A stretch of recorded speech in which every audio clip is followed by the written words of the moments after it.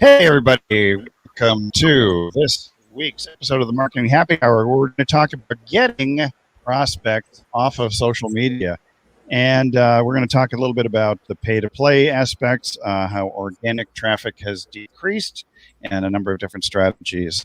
So, without further ado, I'm Dr. Christopher Vogelman of drvogelman.com, Maximize Your Media, our local agency, and our joint agency with John Paduchek, which is called Epic Win Agency. And there's the guy over there from Videos Are Social. Here I am. How's it going? I'm John Paduchek with johnpaduchek.com. We've got our group on Facebook, Local Marketing Strategies, if you get a chance to look us up. And of course, Videos Are Social, Epic Win. Lots of stuff going on. There's too many. I think we need to simplify what we're doing. I think so. One central hub. One hub for RV John. I like that. Hey, so we're talking a little bit about social media, and we all love social media. I mean, videos are social. We like to play on Instagram to attract clients. We like Facebook and the Facebook ads and other things. But organic reach, there was a time when you could get like a 30% reach just by throwing something up on Facebook and not have to worry about having to boost or rely on ads or other types of money paying strategies. But those days are gone. Now it's pretty much a pay to play type of strategy. But what I realized when I wrote the title, I was actually searching for some phrases that people search for. And it wasn't so much about getting your prospects off of social media into something like your own ecosystem, your own email marketing or group program. It was getting people off of social media. and I realized that I interpreted it differently. I was taking them from one place and bringing them into our own marketing ecosystem, as opposed to trying to harvest people from just social media posts alone. So, oh, look, somebody's coming. Somebody's coming to visit us. Look at that. It's Dr. Kayvon K of Simplify.zone. We're never alone with Simplify.zone. Kayvon K is the implementation coach, and he's coming to visit us today. And every day. How's it going? Good. You? Very good. Yeah. Long time no see. Yeah, I went to the wrong link for a second, then I noticed. Are you feeling groovy? I do feel groovy. Fantastic.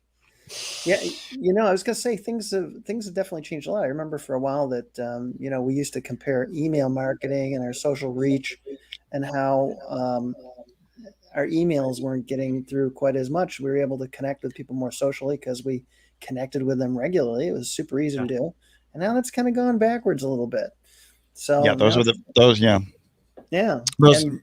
people. Play aspect now, where you kind of have to pay to boost and do a little bit of advertising. Well, those are the people also who advocated that email marketing is dead, and now we find that email marketing is very much alive. Has that been your experience, Dr. K? Yeah, I hear that coming on top every once in a while, like every few years. Email marketing is dead. Then you have the follow-up campaign after a while. They say email marketing is dead, but here's the data. Email marketing is not dead. So we go back and forth between two camps. Sometimes you think it's scheduled. It's all a ploy. Yeah. So it's a ploy. So when it comes to social media, attracting people through social media, what are your favorite platforms and which seem to work the best for you? Mr. Paduchek. Yeah, with when you first gave on, You just gave on first. Oh, sorry. I thought you were asking me. We did. Go ahead. We were a latecomer, but we will we'll allow you to go first. Yes. So far, Instagram has been the easiest one to connect and interact and that sort of thing. And the next one that I'm interested to be more active on and see how that performs is LinkedIn. Yeah, I was going to say I have pretty good activity on all of them, but I do see that Instagram, whenever we do like a live on Instagram, it's much more interactively. We get people right away. I think LinkedIn is going to be really good. I haven't been doing much on LinkedIn lately, but I'm anxious to kind of try that experiment on all of the above again. Facebook, I know, is not nearly as interactive as it used to be. Very hard to get interaction from people there. YouTube, good, but it's more of like a long-term prospect. You don't usually get people live there as frequently. So do you consider YouTube to be a social media platform, or is it more of a media distribution platform? Because I don't see sometimes videos get either they may get a lot of views, but not so many comments. And I'm wondering if the comments are the social aspect, or is it the sharing of the video that makes it social? I look at it as both, because you do get a lot of comments as long as you leave comments on, which of course a lot of people don't leave comments on because, people being who they are, they go and they troll you and leave you crazy comments, and then you have to delete them and kick them off your channel and all of that stuff. So a lot of people don't leave their comments on, but I noticed that we get good interaction on most of our videos, and people that I know that do a lot of work on YouTube, they leave their comments on, and they get very good interaction back and forth. So definitely it's both in my mind, a syndication platform and social media. So let's say that you're attracting a lot of people on Instagram, you're attracting a lot of people on YouTube, you're attracting a lot of people on LinkedIn. What is your strategy for getting them off of those platforms and into your own ecosystem or your own forum or group that you manage where you're not dependent? Because people get shut down all the time. I know you've had issues with your ad accounts. I've had issues with ad accounts being shut down. And the same thing is, you see people being banned from Twitter, they're being banned from YouTube, they're being banned from Facebook, and sometimes for no good reason whatsoever. They haven't even said anything controversial, but some algorithm or monitoring system within one of these social media platforms has indicated that there's some words that could be potentially spammy or scammy or something, or controversial, and they shut you down. And that's that whole concept of rented land. I realized you're not building your business on rented land when you're depending on social media. You're building your business on free land, because they're not charging you for it necessarily at the beginning, but it's something that they could pull the rug right out under you. Your whole house of business is going to collapse. Right. You know what it reminds me of? It reminds me of the kind of land movement where somebody else owns the land and you build a building on it, or you park your home on it, or whatever. And then sometime down the road, 10 years later, your home is in kind of disrepair. You're looking to sell it or whatever, and you can't move it because it's on somebody else's land, or you don't really want to fix it because it's on somebody else's land. It's just kind of, and I think that's true with social media. It's that same kind of an outlook, so whenever we bring people onto a group in Facebook, we try to get an email address. Whenever we bring them anywhere else, we try to get an email address. Any of our paid groups now, we're moving to Circle, is where I plan to move our paid groups. And so, you just can't really build your house on rented land. So, Kayvon, when you're engaging with people on Instagram, how do you pull them out? Is it through DMs, or to get them to give you an email or a phone number, or schedule something with them? Yeah, it has been through DM, because mostly I'm interested in, a longer term engagement and one-on-one coaching and that sort of thing. So it becomes a personal relationship.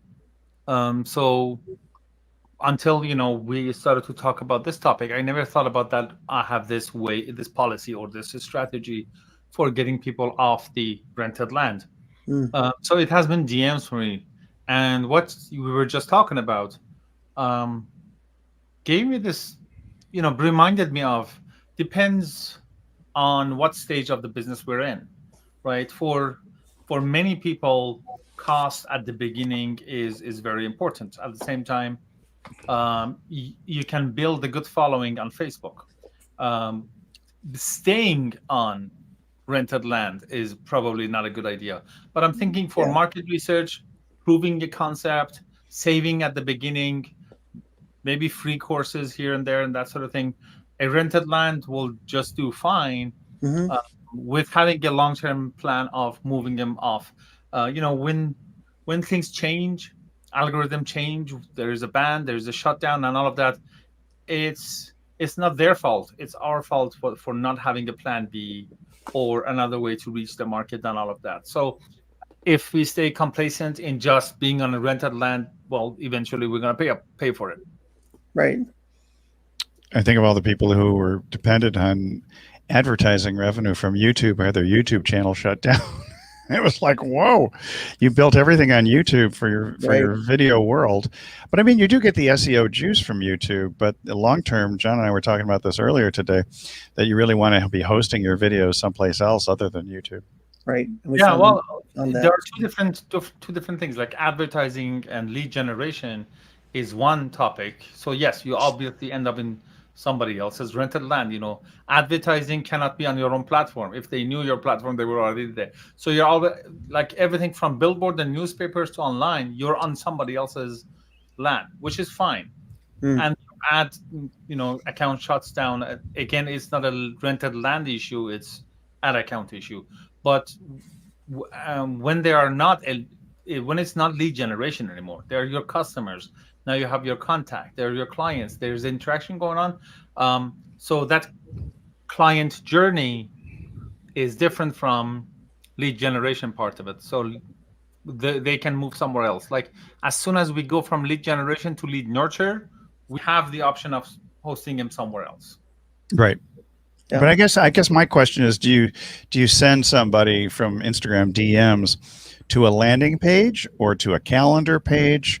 Or how do you capture that email and ideally the phone number? That's the best of all. Yeah. For me, it's to a calendar page. Mm-hmm.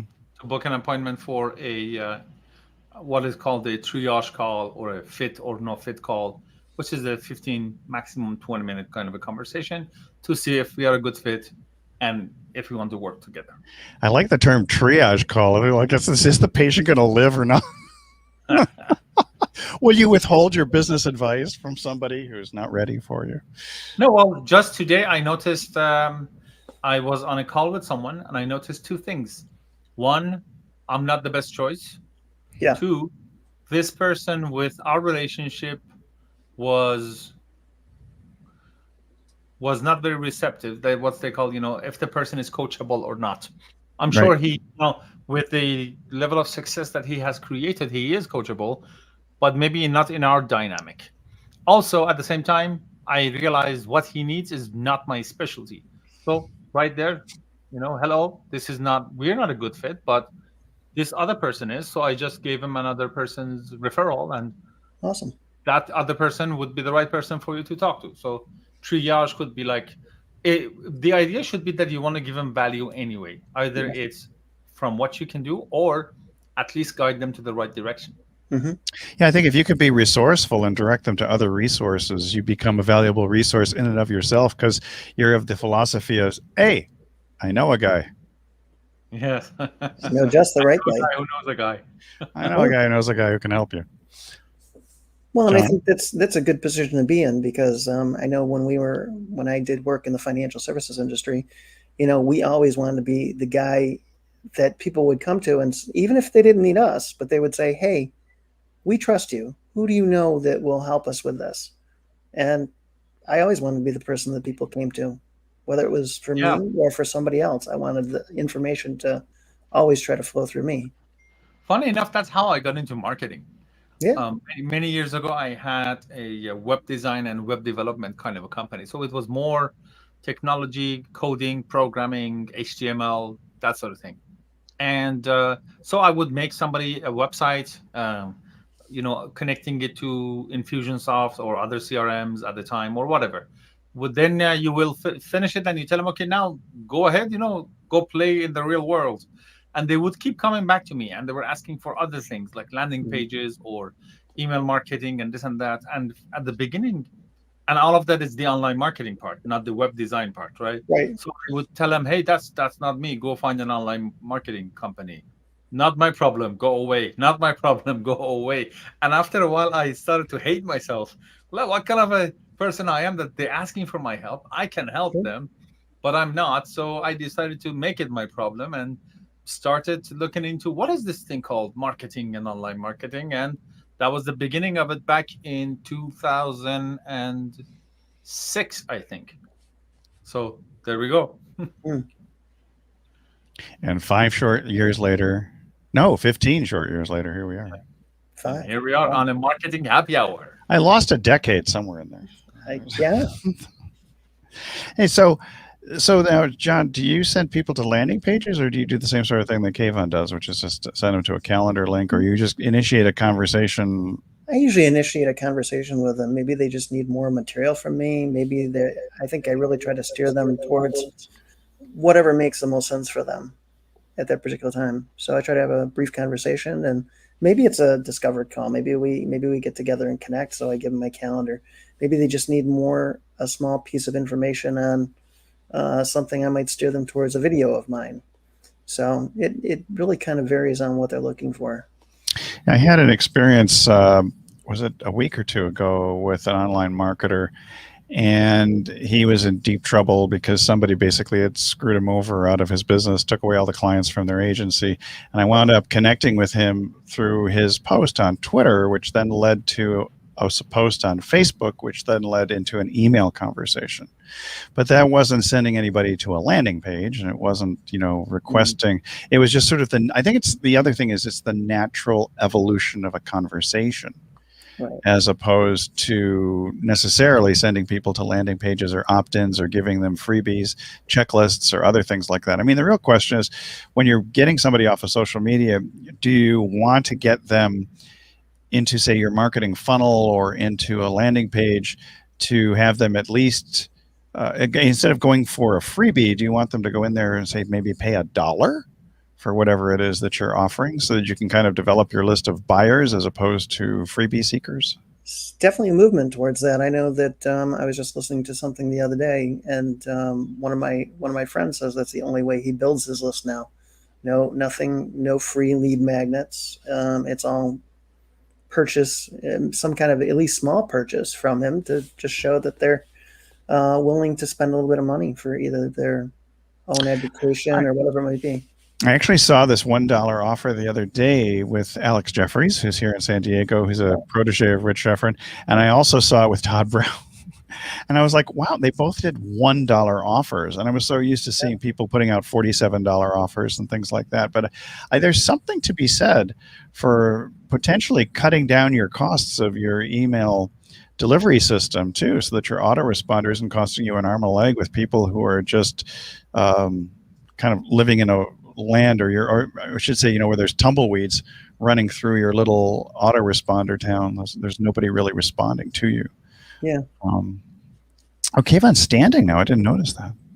Yeah, just got off my chair and now I'm standing. He's showing off his CrossFit pecs. Yeah, that's good. Whoa! Strong. Well, that makes me want to send you a tractor tire. A tractor tire. Do you guys see my sword up there? Yes. Oh, wow. That's something. Now you're talking. You look so dynamic now. You look taller now all of a sudden. Oh, he is tall. I am 6'4". So you're 6'4". You forget how tall you are. We do. I think people usually forget until it's too late. I think you, with nothing to compare to, it's kind of hard to really realize how tall somebody is. I think of you as a coaching wood nymph. Wow. What is that? I don't know that word. Like a little one of the little people, like leprechauns or so. Like a coaching gnome. A little coaching gnome, pixies. A little coaching gnome, yeah, a long coaching gnome. Now he's a giant among coaches. Yeah. So so where do you get the best interaction in social media? We talked about Instagram. I mean, does anybody do much with Twitter? Because I'm finding Twitter to be a good place for conversations. Yeah, I found it good again. I've been using Twitter on and off more lately. Twitter user never clicked for me from day one. It just seems to be that there's a resurgence now of Twitter, which I find very interesting, since people are giving Twitter up for dead. And it's funny too, because Twitter sometimes leads me into LinkedIn, for example. And I remember that this was several years back where there was an agreement struck between Twitter and Google, whereby Google was allowed to take 15% of the entire Twitter feed for SEO purposes. And that's the reason I went back onto Twitter, because I thought, well, gosh, maybe this is going to be something that's worthwhile in terms of boosting my rankings.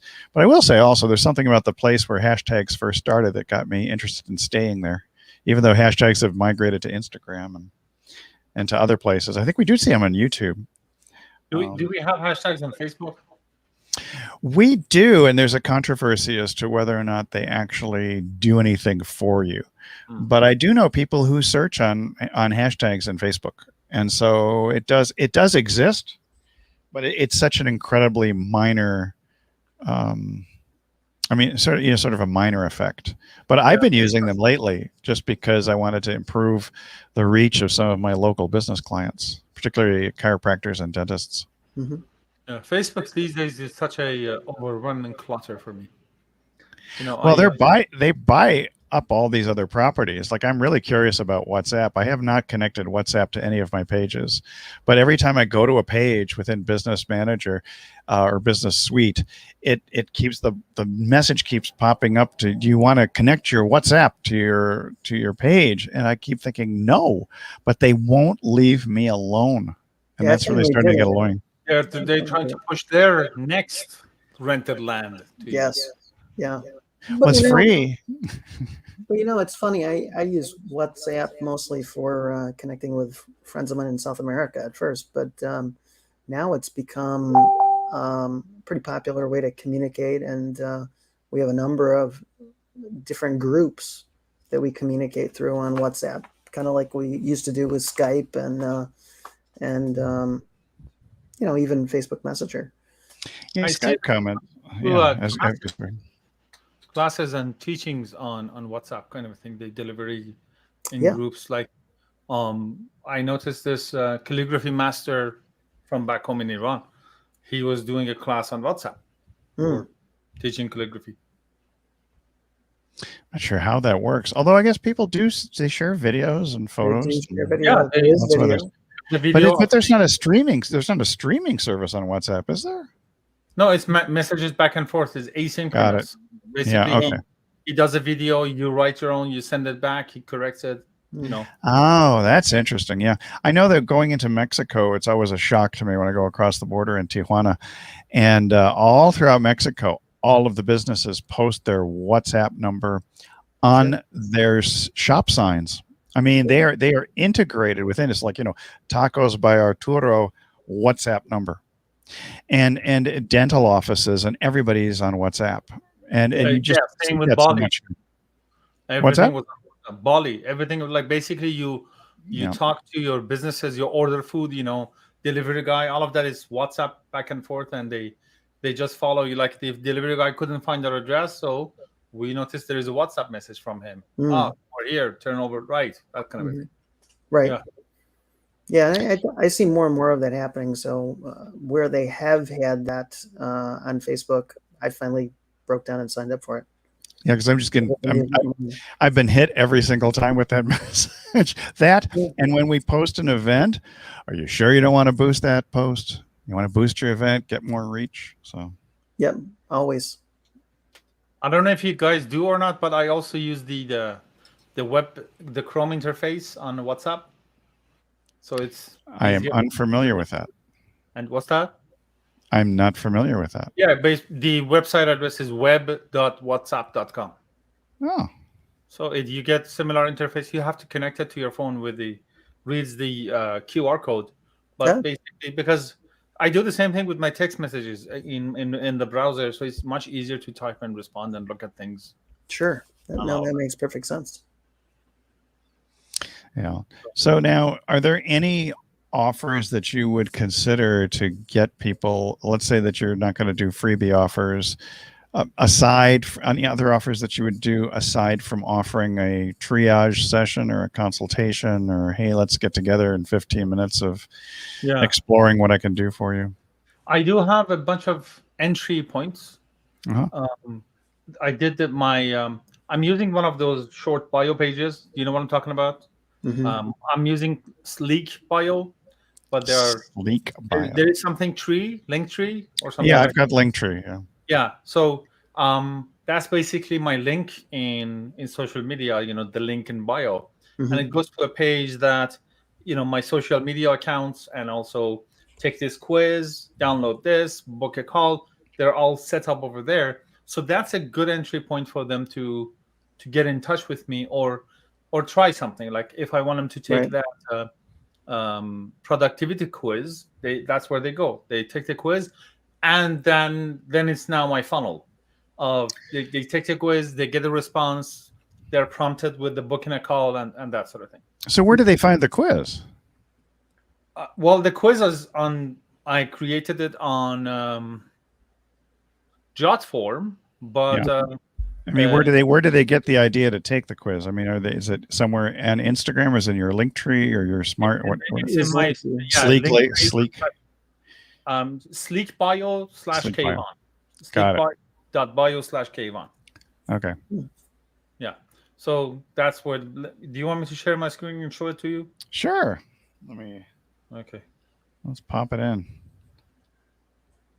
There we go. We got a few minutes left before we got to go to. So I've already posted the Clubhouse link in a few places. Let's add that puppy right in there.